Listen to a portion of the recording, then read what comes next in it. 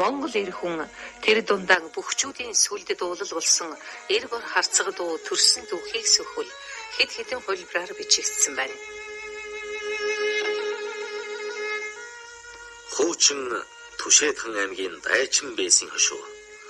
Одоогийн Дундгов аймгийн Сайн цагаан сумын нутагт Тэнгэр тэтгэсний 50-аад оны үед харцаг гэж нэгэн сайн бүх амьдарч байжээ. Ядуу арслан гэх чимэгтэй ганц хүү харцаг багаасаа бяр тэнхээхтэй хүдэр томэр болсон төдийгүй хошуу нутагтаа барилдаж эхэлснээс хойш наадам болгон төрүүлж түүнтэй энэ зэрэг цөхөх тэр нутагт хөвөө болжээ. Харин туйлын ядуу зүдүүгээ ихээр олноос гуйлггүй амьдарч байж. Тэдний их газрын жулууны ууланд улаан хадны агуйг ихчэд амьдарч байсан байна. Тэр агуй нь одоо ч байдаг гинэ. Харцаг нэгэн удаа их газрын жулуунаас зүүн хойш 20 км турших Сүмбрийн цагаан булаг гэдэг газраас нэгэн эр үхэр хулгайлан үүрч мөнөөх агуйдаа авчран шарж идэж байтал үхрийн эзэн мөрдөөд иржээ. Гэвч үхрийн эзэн "Миний үхрийг та авсан бол би юу гэх вэ? Танаас юу ч авахгүй" гэж хэлээд явжээ. Харин харцаг хүний үхэр хулгайлж идсэндээ ихэд харуус чондон. Хошууны ганц үх ингэж амьдарч бүх хүний сайхан нэрийг гутааж явах ч гэжтэй.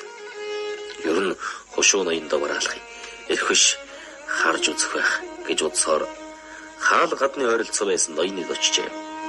Гэтэл харамч хариг сатуугаараа зард гарсан засаг ноён үржин дорж отог хошуу узралсан өөдгөө гуйлагчин чамд өгөх хоол байхгүй даруй зайл гэж хэлжээ.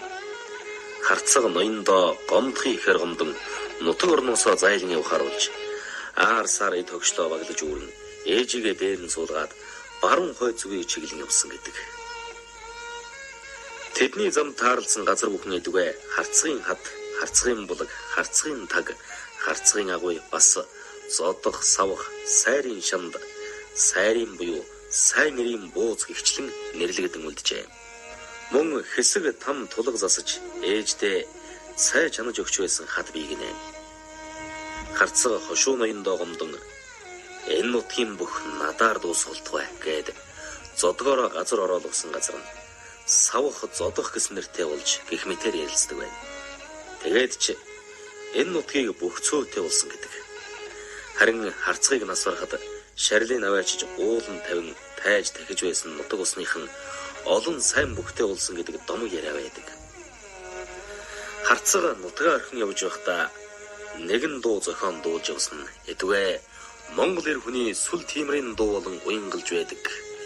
Эр бор харцаг хэмээх дуу юм гинэ.